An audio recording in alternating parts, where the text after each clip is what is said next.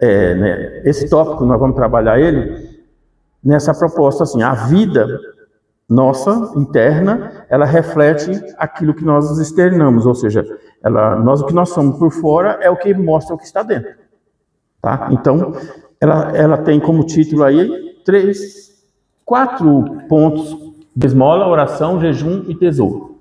Então, esses 4 títulos é o que nós vamos estar, é o que Jesus propõe quando ele já começa a trabalhar com os discípulos.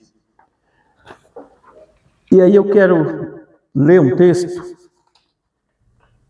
antes de ir propriamente aí, abre em Atos, capítulo 13. Tá? Aí nós vamos pegar o texto que está ali base, mas para descrever bem, do 2 ao 11. Tá? Vamos ler nessa. Eu começo e nós faz um círculo, tá bom? Então, começando pelo 2 aí. Atos 13, versículo 2. Servindo eles ao Senhor e jejuando, disse o Espírito Santo: apartai-me a Barnabé e a Saulo para a obra que os tenho chamado. Você viu logo no começo algumas práticas. Que prática que vocês perceberam aqui que nós lemos? Que eles já estavam colocando? Adorar, Então, tem algumas coisas que nós vamos percebendo, né? Ó, servindo ao Senhor. Aí você falou. Jejuando. O Espírito Santo falou com eles. Isso, o Espírito falou com eles, e aí depois tem mais ainda lá no 3. Impuseram as mãos. Isso, impuseram as mãos, aí depois orando. Isso. Aqui a gente chega elevado a pensar, você acaba cometendo um erro que a grande maioria das pessoas da igreja faz. Nós, ao lermos isso aqui, a gente acha que é como se tivesse uma igreja já funcional e as pessoas rindo. Vamos evangelizar? Onde você mora? Fala para mim no bairro. Então, vamos evangelizar lá no tênis clube, nós, a igreja. Então, nós reunimos aqui e nós vamos lá evangelizar.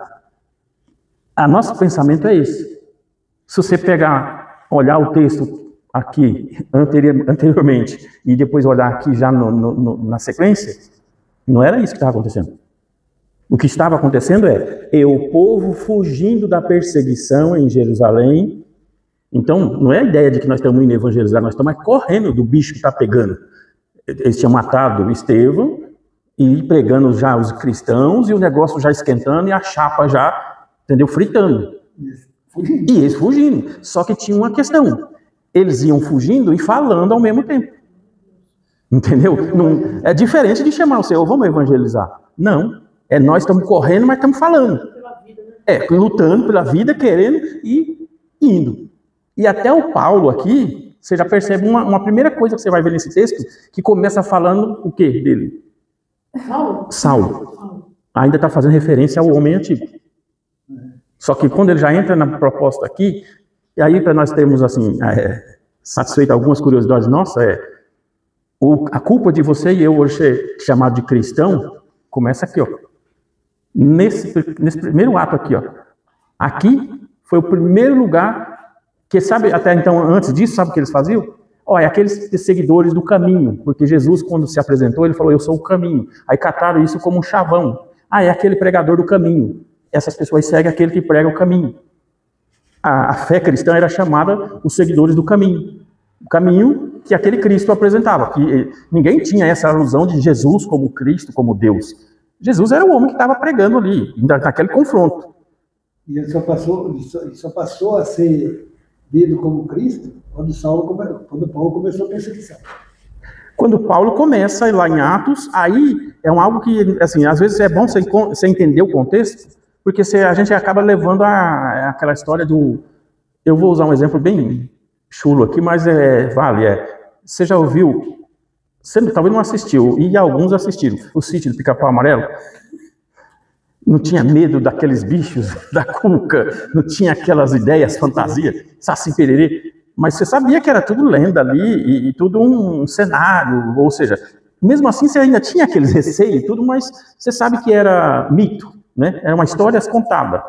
E aí a gente acaba levando isso também para a fé cristã da mesma forma, porque a gente acaba pensando que lá no começo da igreja era essa mesma questão. Não, lá o negócio era ferro e fogo. Ser cristão naquela hora, naquele momento, era assinar tipo a sentença. Ó, você então já pode se preparar, mais hora, menos hora, vai chegar a tua fatura, você vai.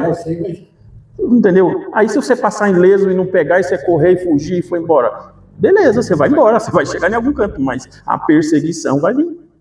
E o Jesus falou na aula anterior, acho que 2 aulas anteriores, que tem que estar pronto para morrer. Está na palavra, acho que na primeira aula que a gente viu, para a questão de ser discípulo. Isso, não, quando Jesus já faz o convite, o que ele fala? Toma a sua cruz, negue, não é me segue não, ele fala nega primeiro, negue para depois seguir. Quando nega eu abro mão, até da minha vida, se necessário for. Então você percebe que a proposta não é aquela história de contado, de historinha contada. Ele está dizendo, vai custar às vezes até a sua vida. Mas vale a pena. Para sempre. É o preço, entendeu? Aí o que nós vemos no contexto da história aqui em Antioquia é a primeira vez que esse povo é chamado de cristão. Por quê? Eles chegaram em Antioquia, você percebe aqui que eles chegam ali, aí eles se ajuntam, Paulo vai para a sinagoga, você vê como os caras são tão audaciosos, que o lugar mais perigoso que era ir na sinagoga. Se eles fossem lá e ficassem quietinhos e só ouvissem os sermãos, a administração, tá tudo bem. Né? Passar batido. É a mesma coisa que você entrar lá, vamos falar assim, eu vou entrar hoje numa igreja, sento no último banco, fico quietinho, ninguém me viu, eu só ouvi e fui embora. Vai confrontar. Agora você fala, não, você... E lá não. Eles terminavam, eles respeitavam. Você pode ver que o texto, depois se você ler o capítulo todo, você já percebe, até tem essa descrição nesse capítulo. Eles ouviam a administração da lei e existe uma liturgia lá na sinagoga. Então, segue aquele rito, não muda. É o padrão católico. A Igreja Católica copiou da sinagoga o molde. Se você for estudar o molde da sinagoga, é o mesmo molde Aí foi e nós copiamos da Católica. Então nós estamos meio que na terceira ponta lá, mas pegamos. Só que o catolicismo adotou na íntegra toda a metodologia do judaísmo. Só não a crença, mas as práticas é a mesma. A ideia do terço, na verdade, é o cordão que o próprio sacerdote usa. Porque o sacerdote usava também, tinha aquelas bolas para eles contar as vigílias da noite. E aí acaba eles trazendo aquilo lá e fizeram num contexto e criaram já algumas em cima, mas a mesma coisa. Aí o rosário, só que o catolicismo acabou adotando ali uma doutrina e uma prática em cima disso, mas a cópia do modelo, de onde você tirou a ideia de ter um cordão com bolinha para fazer isso? Não foi fruto de um... Né? E a oração repetitiva era deles também. A oração também, do judeu é a mesma coisa. É por isso que a ideia de religiosidade, religião, ela se transmite, ela vai perpetuando. Porque você talvez muda só a fachada, mas a essência é a mesma. Tá? Eles chegaram aqui em Antioquia, e aí nós já vemos agora por que eu falei para você que tinha essas questões aqui, ó? Esmola, oração, jejum, né? O tesouro é o que nós vamos falar no por último, mas ali tinha oração, jejum e servir, né? Servir ao Senhor e tal. Então, de quem foi que eles receberam isso? Essas instruções de orar, de jejuar e de terem comunhão ali junto, de estarem reunidos, celebrando. Do Espírito Santo, mas praticamente de Jesus, porque eles eram discípulos de Cristo. Agora o Espírito Santo vem para trazer eles à memória, como a palavra fala.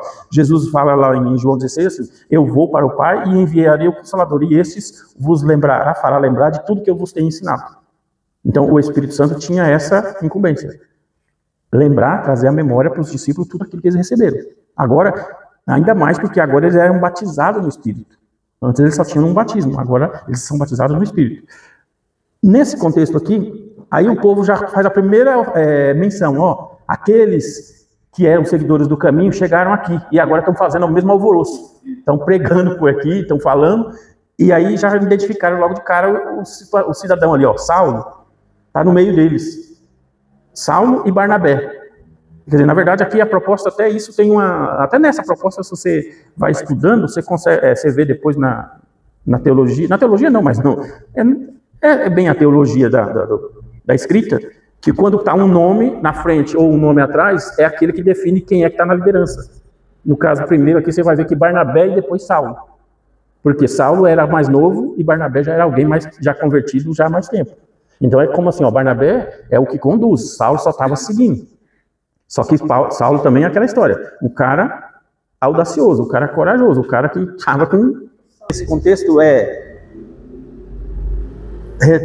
pescando o que eu falei, eles não estavam indo evangelizar com aquela motivação toda. Estavam indo, estavam fazendo. Mas agora veja bem, aí não sei se você está acompanhando os noticiários e tal, mas você percebe que está lá uma guerra lá hoje na Síria. E a Síria é o lugar, é a Antioquia. Tá? A Antioquia, da onde nós estamos falando, é na Síria.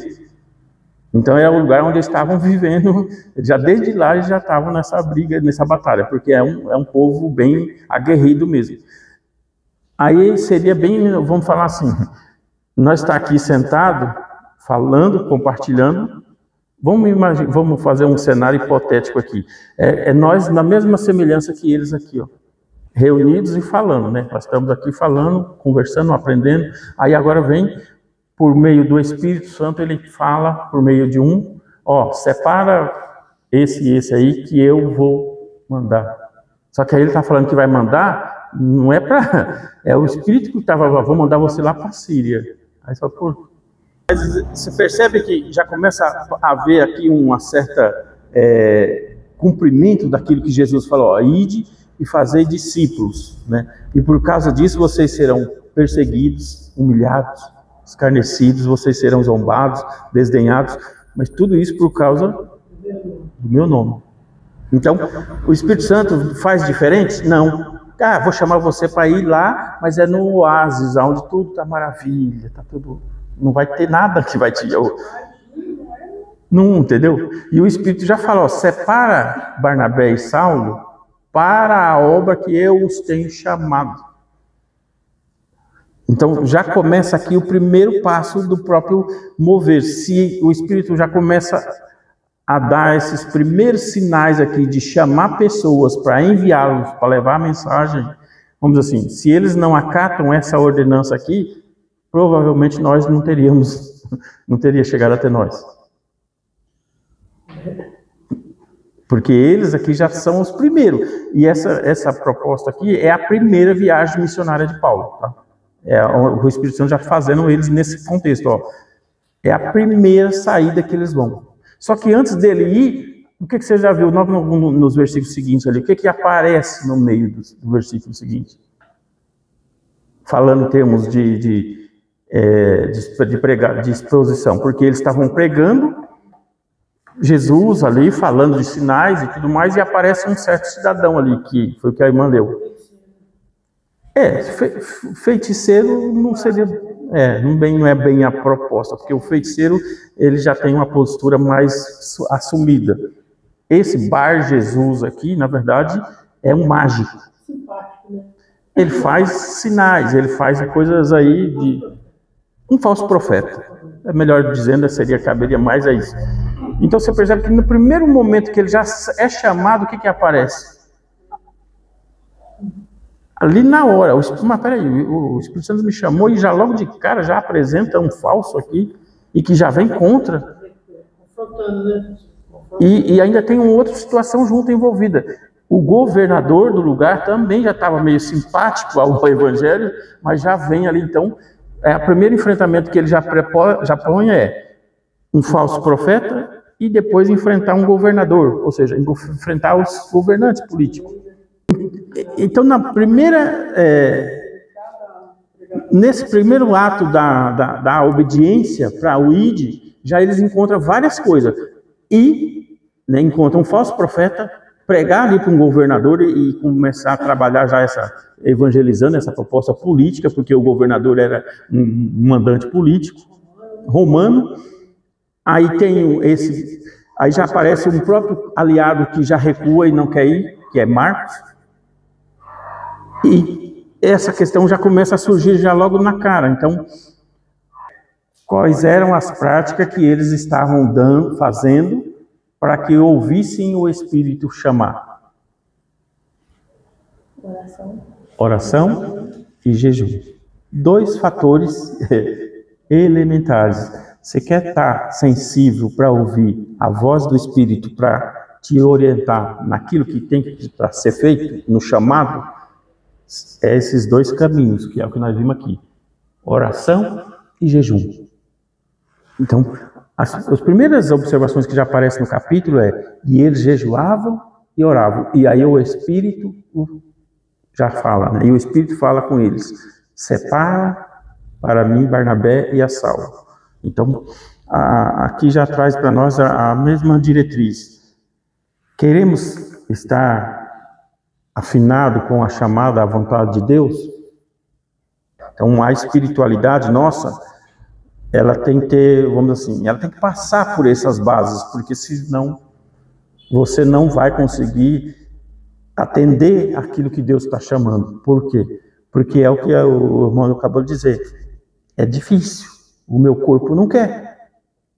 Você fala para mim, quando você começa a orar, quanto tempo você acha que você consegue ficar em oração falando ali para Deus, sem estar repetindo as mesmas coisas? Então, teve uma sensibilidade de o Espírito estar falando e por meio de uma maneira que não está apresentada aqui, mas certamente usou a boca de alguém dali para falar. E eles entenderam e acataram. Então, esta sensibilidade fica mais apurada com o jejum e a oração. Eu entendo esse mesmo molde que foi aplicado aqui, ele é válido para os dias de hoje. Se você jejuar, se você orar, se você colocar diante de Deus, é a mesma proposta, ou seja, Deus não mudou. Ele continua sendo da mesma forma, ele continua dando essa mesma possibilidade. Tá? Então, o jejum e a oração, como diz aqui, no segundo tópico fala, né, o pai que vê em secreto, e ali já compreende a expressão que Jesus fala para eles. Quando vocês orarem, né, entra no secreto, entra no quarto, no secreto, ora ao pai que vê em secreto, e eles te atenderá. Tá? Então aí nós já vamos partindo para o outro tópico, e entendendo essa análise aqui de que o jejum e a oração são parte crucial da vida de um discípulo para poder estar sensível ao Espírito e ouvir aquilo que Deus tem para revelar à igreja, para poder conduzir-nos segundo o plano e o propósito dele. E aqui também, eu até esqueci de falar, como no texto do versículo 9, fala, todavia Saulo, que também se chama Paulo. Quando fala aqui, Saulo, que também se chama Saulo, aí já a próxima palavra que está é cheio do Espírito Santo. Ele ser cheio do Espírito Santo já faz aqui a mudança de uma ruptura. A partir daqui para frente você não vai ver mais ele sendo chamado de Saulo. Daqui para frente ele é só chamado de Paulo.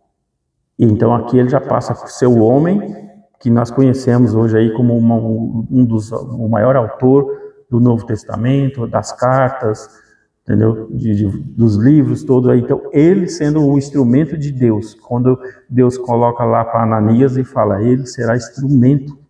Vamos falar assim, eu entrei num conflito umas vezes, depois disso eu falei, não vale a pena, não vou entrar mais. A minha filha que veio questionando, e ela falou que não aceitava, né? Que ela ia fazer.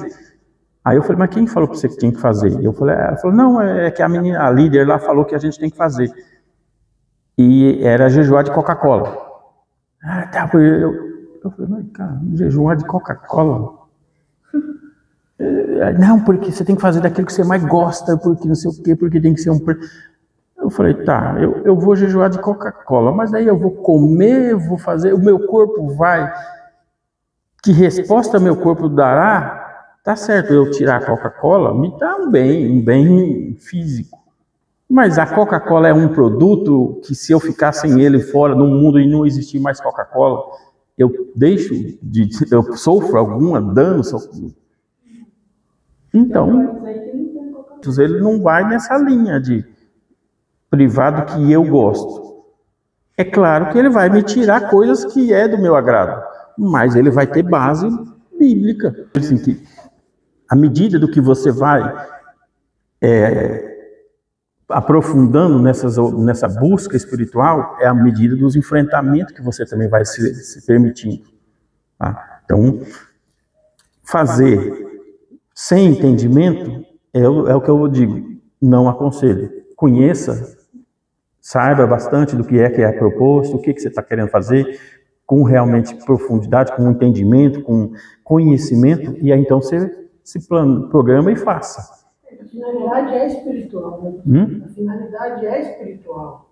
A finalidade não é ego. Aí eu consegui, mas e o campo espiritual? Então, quando você fala espiritual, aí eu só pergunto para você uma coisa. O diabo é espírito? Sim. E o diabo faz sinais de espirituais também? Sim. Então, quando você está entrando num campo de esfera espiritual, você também está abrindo porta para poder se... Conversando na língua dele. Você está entrando num campo que ele também está. Na língua dele. Na mesma terra que ele está, né? Você vai estar pisando nos mesmos lugares que ele anda. Ele não quer que a gente acesse isso. Então, mas você não tem que... Mas a sua proposta de submissão não é a ele. Sim, é Jesus. A palavra de Deus fala assim, sujeitai-vos a Deus. Então, a Deus nós se sujeita. Ao diabo nós resistimos. E aí, quando Jesus fala também, não menosprezeis o diabo. Por quê? Porque nós não vencemos o diabo. Quem vai vencer ele é Cristo. Agora, ele pode vencer por meio de nós, ele vai afastar da nossa vida, mas ele vai ficar ao derredor. Ele vai esperar. Se tem uma coisa que ele sabe é ser paciencioso. Tem que ter uma orientação bíblica, ele tem que ter base bíblica, senão não vai ter resultado. Você vai passar fome, você vai, você vai fazer dieta, mas jejum propriamente não.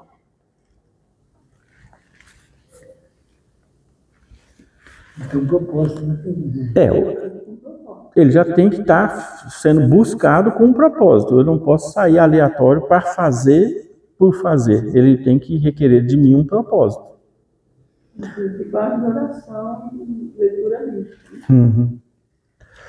Aí agora vamos passar para o tópico 2, capítulo 2, aí mesmo do capítulo, módulo 4, tópico capítulo 2. No capítulo 2, eu colocado aí o título é Tesouros do Céu.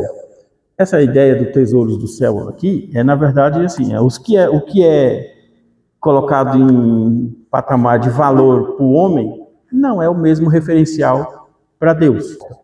Onde está o seu tesouro, aí está o seu coração. Então, tudo aquilo que recebe nossa atenção, tempo, dinheiro, dedicação, torna-se um tesouro. Então, quando ele traz esse comparativo, aonde você está botando mais confiabilidade? É nessa vida, nas materialidades das coisas? Ou é nas coisas espirituais, nas coisas eternas? Mas eu estou nesse mundo. E quando o camarada começa a criar esses argumentos, é como já falar assim, você está querendo me convencer para abrir mão de uma coisa que eu não estou querendo. Onde está aquilo que você agrega valor, o seu coração também está junto. Então não se ilude. Não tenta falar, não vem querer fazer uma... Entendeu? Fazer uma gracinha para mim. Não vem querer me iludir, fazer graça. Já sabe, seu coração está naquilo que você está depositando tanto o valor. Tá? Então, quando Jesus traz essa resposta ali, ele já deixa bem. Não tem como você agradar dois senhores. Ou você vai agradar um, ou você desagrada o outro. E aí o que ele já traz nessa resposta, nesse contexto o Senhor deste mundo, ele só se sustenta e se mantém em cima do bem, das posses, da riqueza, daquilo que me proporciona um bem-estar, daquilo que me promove o melhor desta vida.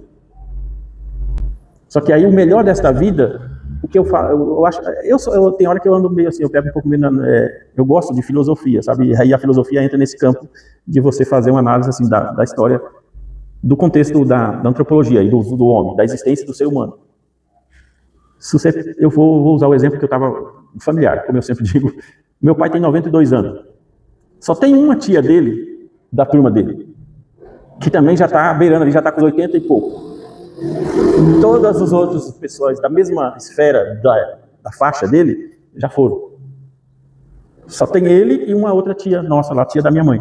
Essa dele é a remessa dele. Então aí você fala assim, cara, olha só, para ele agora, vamos assim, eu vou lá na casa do... Não tem. Eu vou na casa do... Já não foi.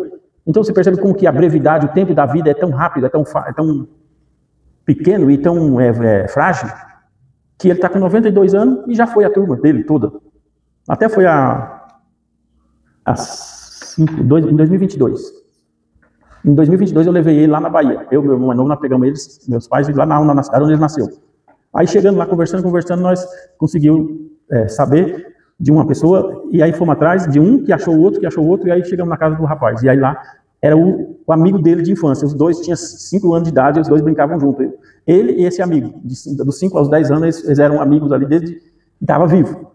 E meu pai, há 4 anos atrás, então ele estava com 88. Quer dizer, os dois amigos de 88 anos de idade. Só que aí, eu assim, nesse contexto hoje, já de 4 anos agora aqui, na nossa realidade de família, só está ele da era dele, mais ninguém. Então, quando você deposita tanto valor a uma vida, que ela vai ser como um sopro, ela vai ser... É inevitável. Você não segura o tempo. Eu até tenho um relato que eu uso nessa questão. Eu acho que se eu já falei, vocês me corrigem, falam, não, você já falou isso aí, tá? Senão, aí eu tinha um amigo que eu evangelizei ele, e aí depois eu fiquei convidando ele para ir na igreja. Falei isso já? Falei? Não. Esse amigo era de serviço, um amigo de serviço, e eu, assim, um cara muito simpático, um cara carismático, conversava com todo mundo, tinha uma conversa boa, sabe? Aquele cara, sabe, pra frente. Aí eu falei, esse cara, se ganhar ele vai ser um evangelista de primeira, o cara, né? Bom de conversa. E pensa num cara que, tipo assim, você chegava com ele não tinha como você ficar de cara amarrada perto dele e nem, tipo assim, não dar risada, porque o cara era muito, sabe assim, extrovertido. O cara, pensa num cara que fazia humor de qualquer coisa, tipo assim, qualquer coisa que desse aí, ele estava fazendo e dando risada. Então, para ele não tinha tempo ruim. E ele era um cara bom, boa praça, assim, estava no meio de todo mundo, conversava, todo mundo.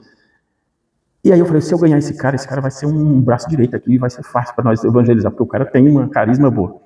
Aí eu comecei. Aí eu dei uma Bíblia e depois fiquei ali um tempo trabalhando com ele, orava com ele e tudo, e ele, sempre eu ia orar, ele ainda fazia brincadeira e tal, ele já lembrava eu do anterior, da conversão, e falava, não, mas olha, quem vê você hoje, ó, você pregando aí, tá, e você era isso, você fazia isso, você fez aquilo, ele fazia questão de apontar e criar, né, riso em cima, e eu não, falei, não, eu vou insistir, eu vou pegar esse cara, ele vai se curvar. Aí fiquei quase uns 2 meses trabalhando com ele. Aí chegou numa semana, ele falou, ó, pra você parar de me encher as paciências, eu vou lá na sua igreja. Eu falei, então tá bom, você vai? Vou. Ele falou, só que ele falou, eu não tenho coragem de chegar sozinho, então você me espera lá na porta que eu chego. Eu falei, tá bom. Então domingo você vai? Vou. Aí, primeiro domingo, fui lá, tô eu lá na porta da igreja. Aí, espero o horário, aí ele passa e foi embora. Passou, não parou. Eu pensei que ele ia parar lá na esquina, estacionar, foi embora. Aí, na segunda-feira, catei ele de novo. Falei, que papel, rapaz, você passou lá, que palavra, você é o cara de palavra, você não parou. Não sei o que, você ia me arrastar lá para dentro, não sei o que e tal. Eu falei, mas não era essa a proposta? Você não foi para ir? Eu falei, não, mas aí eu fiquei com medo, não deu coragem, e aí eu fui embora. Mas domingo agora eu garanto para você que eu vou. Aí eu falei, mais uma vez? Falei, vamos lá então. Aí foi, conversamos de novo, tudo. Aí no outro domingo, aí no outro domingo ele tá lá de novo. Aí ele parou, só que ele parou do outro lado da rua e ficou lá dentro do carro. Aí eu fiquei na porta da igreja, eu falei, chamando ele, fazendo sinal, ele abriu a porta do carro, olhou, ficou, aí eu falei, agora ele vem. Ele veio, ele deu um sinal de vir pro lado do meio da rua e depois voltou. E entrou no carro, não, e fez só um sinal assim, foi embora. Aí eu falei, cara, você realmente... Eu falei, ó, eu vou fazer o seguinte, eu vou pegar você, eu vou começar a comprometer você, eu vou falar para todo mundo que você já está na igreja, que você está convertendo. Aí ele falava, não fala para ninguém que eu estou indo na igreja, tipo assim, entendeu? Eu vou lá, mas não conta para ninguém que eu tô virando cristão. Aí eu falei, pô, você para mim, você perdeu credibilidade agora. Tipo assim, eu conversando, falando com ele, eu falei que ele tinha perdido um conceito e tal, porque o cara de palavra não faz mais. Aí eu falei, não, ó, domingo agora, você pode garantir que eu vou. Você pode, se eu não parar, você vai lá, entra na frente do carro e tira ele lá e leva. Eu falei, não, é você que tem que ir espontaneamente. Aí tá. Falei, então tá bom. Aí na sexta-feira nem eu fui atrás dele, ele que foi atrás de mim. Falou, não, ó, domingo eu garanto pra você que eu vou estar lá. Aí eu falei, cara, eu já abri mão. Se você quiser ir, vai. Se você não quiser também, já fica na mesma medida. Tá bom? Tá bom. Não, mas agora eu fiquei mal com você e tal. Eu falei, não, pra mim tá tranquilo. Aí eu fui embora para casa, sexta-feira. Aí quando foi no sábado, no sábado ele foi participar de uma quermesse lá no Frutal do Campo, lá. Você saindo para o Frutal do Campo, indo para quem vai para a pista, tem uma curva, né? Logo depois do Frutal, você tem uma curva assim, subindo. Você acha que deve ter andado por ali? Eu falo porque você sai do Frutal do Campo, já sai e já é uma curva assim. E ele foi para uma quermesse lá, no sábado. E quando eles terminaram a quermesse, ele voltando embora, ele e mais 3 amigos dentro do carro dele. Veio um outro carro e chocou de frente com o carro dele. O único que morreu foi ele. O único que morreu foi ele. Os outros 3 saíram ilesos, não tiveram um arranhão. Eu evangelizei ele, e ele fez a oração de entrega, de confissão, ali, com só eu e ele lá, entendeu? Quando eu evangelizei, eu levei ele à confissão, sim, entendeu? Ele confessou Jesus, tudo, como Salvador. Mas o que eu queria, para mim, na época, no meu entendimento, era que ele tinha que estar na igreja, lá, junto com a gente. E aí essa situação não chegou. Então eu falei assim, mas eu não entro no mérito de dizer que está condenado, salvo, eu prefiro não apontar. Aí, vamos entender assim, ó, o coração segue o tesouro, e não o contrário. Essa é uma frase que eu coloquei aqui. E para isso eu coloquei 4 perguntas, que aí eu quero que vocês escrevam aí essas perguntas. Vocês já escreveram? E vocês deem resposta a elas, tá? Por quê? Porque isso aqui já é vocês passando vocês no raio-x. Tá? Como eu falei aqui. Ah, mas não, você está duvidando da minha conversão? Não, nunca, não estou duvidando de nada. Como eu contei o caso do rapaz aqui, tipo assim, eu estou fazendo a minha parte. Você pega essas 4 perguntas e faça para você mesmo. Para você ter uma ideia de como anda o teu coração, onde ele está. E se ele precisa mudar da onde ele está. Porque se ele não precisar, está ótimo, está maravilha. Mas se ele precisar ser alguns ajustes, então você já sabe. Então eu estou sugerindo. Tá? Aqui, ó. Onde eu invisto o meu tempo? Onde eu gasto meus recursos? O que me preocupa? O que me motiva? É saber onde gasto meus recursos. Financeiramente? Financeiramente. Recurso, tudo que se tramita aí no rol das economias. Tá? Porque é o dinheiro, não é Não, você anota para responder depois. Isso aí é um desafio para você. Desafio não, uma proposta para você. Porque o problema não é ter o dinheiro, tá? A Bíblia já fala isso. Que o amor ao dinheiro é a raiz dos males, não o dinheiro. Então, você responda aí. Eu preciso falar para os irmãos. Quando eu fui possuído, eu fiquei gritando, eu tenho dinheiro, não me soltou. Dinheiro não soltou o diabo, não. Então você já é testemunha clara de que o dinheiro não. De noite eu perdi o dinheiro que eu falei que tinha. Fui lá na rua e coloquei a carteira na rua. Ó. Aí nesse parágrafo mesmo aí, pode escrevendo ali, vocês já copiaram, né? Só o Valdir que está copiando ali ainda. Mas pode copiar, eu vou seguindo aqui, só para mim já adiantar um pouco, que eu quero chegar nessa parte aqui do Pai Nosso, que é uma oração que todo mundo sabe desde berço. Desde berço você já sabe essa oração, mas eu quero estar explorando ela e não a outra. Tá.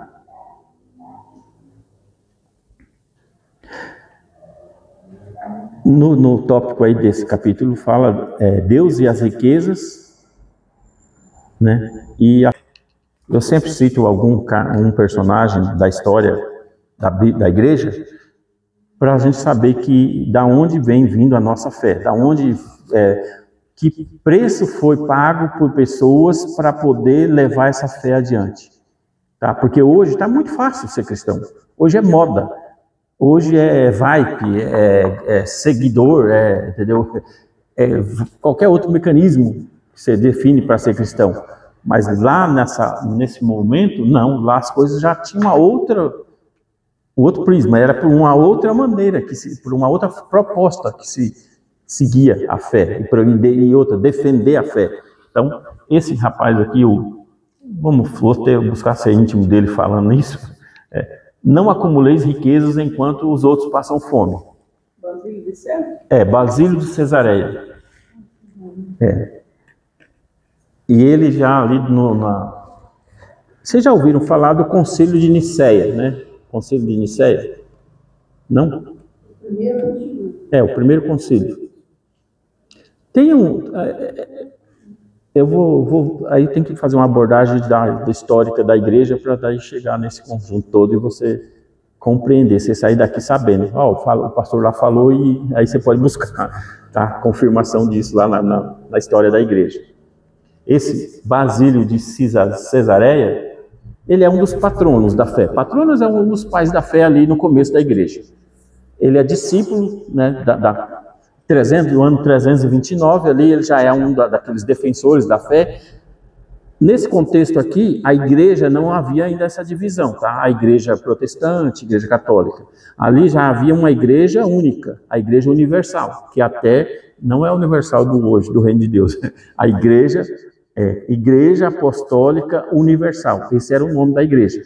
Tá? Ela vem ser depois apostólica romana, depois, quando a igreja se junta ao Estado. O Estado, no caso, o governo, os impérios, começa a ruir, ou seja, começa a cair. O império se divide em dois, depois ele começa a cair, e aí o império já não tem mais assim aquele domínio dos imperadores. A igreja católica, a igreja que esta era a igreja inicial, a igreja católica, ela começa a avançar, ela alcança uma conversão grande de pessoas. E o problema da igreja nunca foi o mundo, o problema da igreja foi sempre os dos seus mesmos, é de dentro dela que surgem os piores problemas. Tá? O mal da igreja não está no mundo, o mal da igreja está dentro dela. Tá? Então, desde lá de trás. E quando a igreja começa a tomar essa proporção, aí vem que um dos imperadores, o último ali, já começa a perceber isso e já faz o quê? Une a igreja com o Estado. Tá? Então aí você já ouviu falar de Constantino, ele usa essa artimanha. Une a igreja ao Estado e torna ali a religião cristã como a religião oficial do Estado. O Basílio de Cesareia já saiu num levante contra isso, no primeiro concílio de Nicéia, que foi esse, vamos resolver esse negócio aqui, porque já está fugindo da proposta que é a igreja. No caso, aí seria tipo um papa. Não, ali não havia ainda estabelecido os papas. O papa vem depois quando já não tem mais imperador, mas ali eram os bispos. Só que o bispo não era nesse contexto hoje do catolicismo romano, os bispos eram os líderes da igreja. Entendeu? Os líderes, as pessoas mais, os anciãos, as pessoas mais maduras, mais com estrutura bíblica, mais entendimento ou com muito mais bagagem e tal, formação. Então, os bispos eram os responsáveis pela condução da igreja. Tá? Então, esse Basílio aqui já faz essa proposta de tratar isso aqui, ó. Ele fala, como é que você pode acumular riqueza e vendo seu irmão passar fome? Então, essa é uma frase que ele já começa, é bem ícone, assim, é bem remetida a ele nesse contexto, quando essa é uma das falas dele, mas ele tem várias pautas de tratar da igreja, já reprimindo isso. Como é que você pode sentar na mesa, ou então como é que você pode fazer escolha, que é o que Cristo condenou, chegou alguém com um anel e bem vestido, você vai lá e põe nas primeiras cadeiras, aí o outro você deixa de pé. Então tudo isso já foi coisas condenadas lá na igreja, e ele já saiu em cima disso. Ele confrontando, e no Conselho de Nicéia é essa defesa que ele faz. Aí quando os discípulos falou, ensina-nos a orar, foi a única pedida que Jesus atendeu, resposta, né? Falou, eu vou ensinar vocês nesse jeito, do que vocês estão querendo. E aí é tido até como uma oração, né, modelo ou o padrão. Não, isso aqui. Porque quando Jesus deu esse modelo de oração, ele não deu uma oração, ele deu só parâmetros para nós orarmos. Quando nós partimos do pressuposto aqui, já fala, Pai, você já tem uma proposta, né? Se é chamado de pai é porque tem filho. Então tem uma menção aqui já, está chamando de pai porque é filho. Porque não existe um pai que não tenha filho. Então, a primeira questão que você já vai entender nesse aqui é, eu vou chamar Deus de pai? E Deus é pai de quem? Pai do quê? Como? Então eu tenho que já fazer perguntas, como eu disse. O que o texto está dizendo? Para quem? E aquelas 3 perguntas que eu falei. Pai. Então já parte da primeira, pai, né? E depois, já nós vamos para a próxima. Nosso. É meu? É pai meu? É Pai Nosso. Não é só de um. Não é só de um. E se não é só de um, então é mais do que um filho. Aí são o quê? Irmãos. Então, e a herança, o direito que tem de um, tem para todos.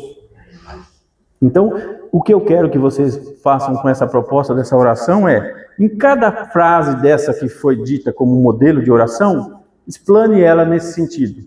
Tá? Se ele é pai, aí eu vou ter que começar a fazer pergunta. Pai de quem? Por que que é pai? E qual é a proposta de existencialidade? Você só é filha e existe porque tem?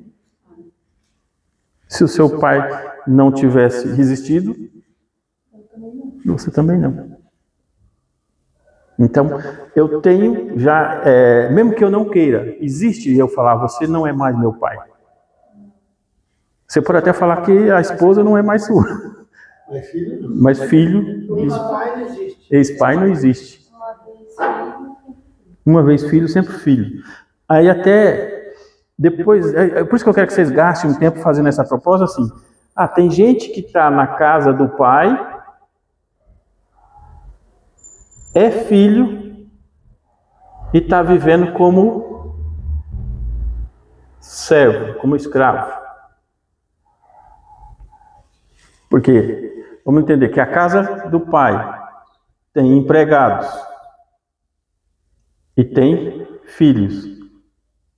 Mas esses empregados trabalham na casa, fazem tudo, têm acesso a tudo. Mas não é filho? Não, mas eles trabalham. Eles comem, participam, mas quando ficar a herança, fica para quem? E o filho pode falar que aquilo que é do pai é dele? Pode. Porque quando o pai faltar, é a herança dele. E o escravo? O servo? O escravo? Né?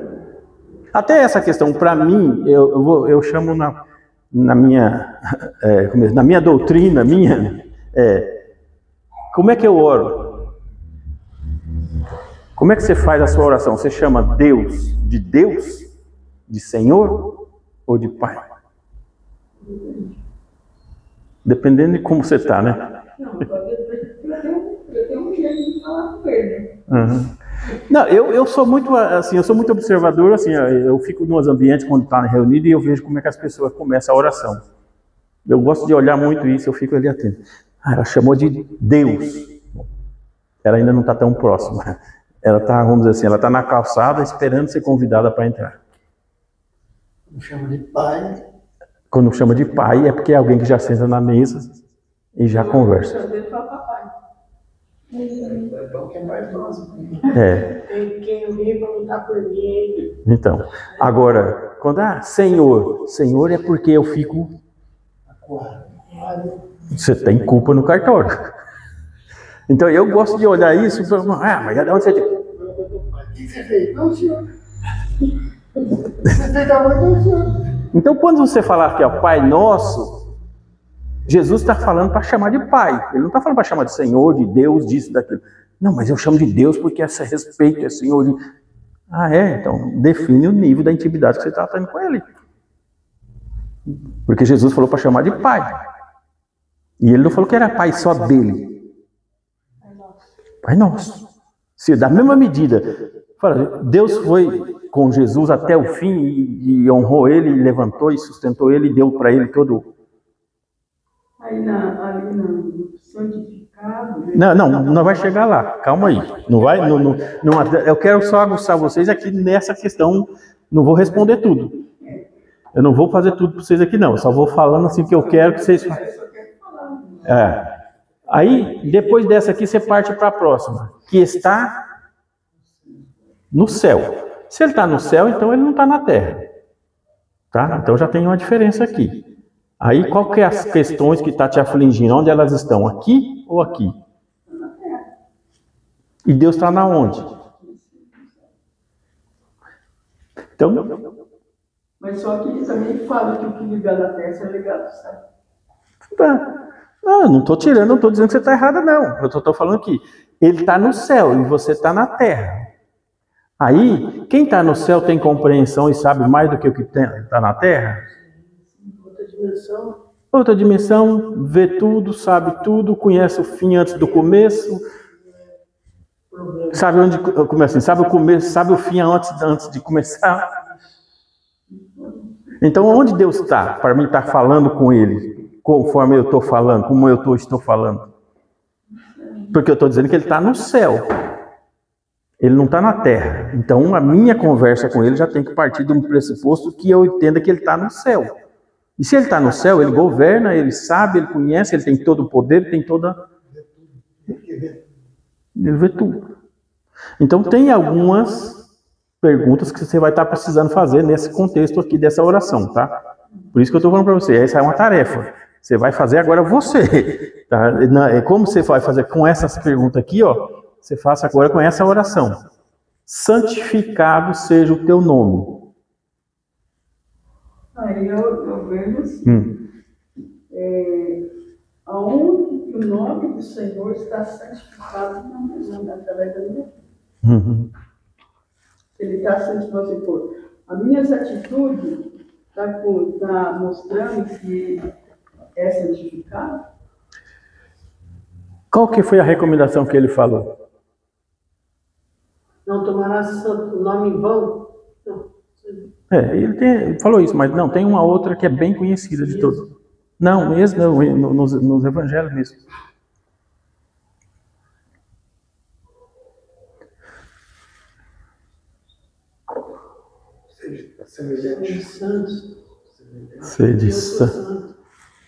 Sede santo, porque eu sou santo. Quando você não é santo e está falando que ele é santificado, você está tornando o nome dele em vão, porque sua boca não está santa. Porque a boca vai falar do que o coração está cheio. E se o seu coração está cheio, então tem que estar cheio de santidade, não pode estar cheio de coisas abomináveis. Tá. Mas aí mesmo assim você já está sendo chamado... Se antigamente morria logo de dor. Tacar o pé na cabeça e... Então você percebeu que a oração que ele falou para fazer não foi só Pai Nosso que está no céu, não. Ele está falando, ó, é só uma linha. Tá? Então, santificado seja o teu nome. Ou seja, o nome dele é Santo. Então eu já tenho que saber que eu tenho que ter essa... E aí você... Ah, mas só isso aqui já responde? Não. Pode ter certeza que se você perguntar para a Bíblia, para o texto, vai servir muito mais coisas. Aí onde é a outra aqui? Venha o... Não é eu que estou indo. Eu estou falando para descer o reino. Então, o reino, como é o reino? O que compõe o reino? O que move o reino? Então são perguntas que você já vai começando a entender. O que é que ele está dizendo quando fala isso? Ó, venha o teu reino. E se é reino, logo é um mandato de alguém que é rei. Quando o rei fala, está falado.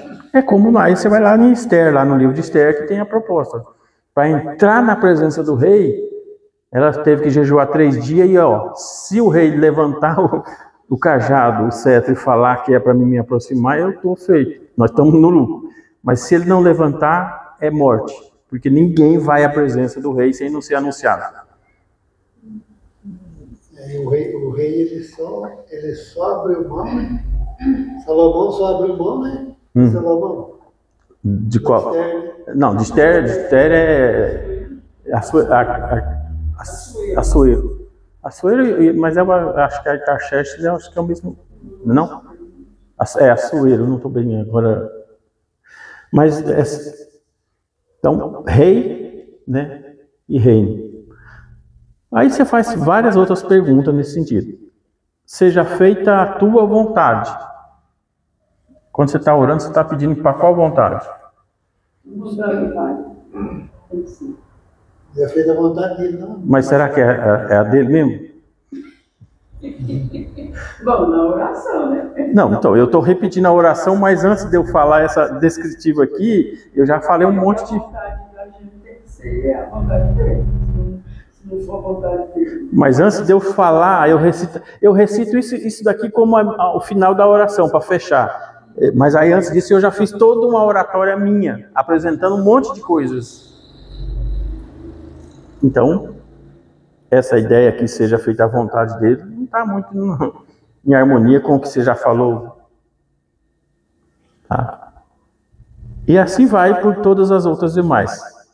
Na terra como é no céu. Então, essa vontade, ela vai ter que vir para a terra como ela já está no céu. Ó, lembra que estava aqui, ó? Olha onde que nós tínhamos? Está no céu. A vontade já está no céu. E na terra uma e no céu a outra. É para fazer na terra o que já está a vontade dele no céu.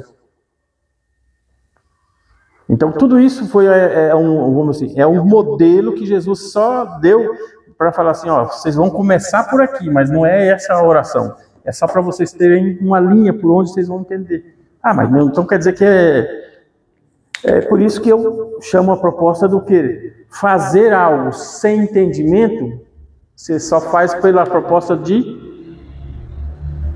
reza, repetição de um padrão, de uma coisa repetitiva. E aí eu acho que por eu muito falar, eu vou ganhar, vou receber.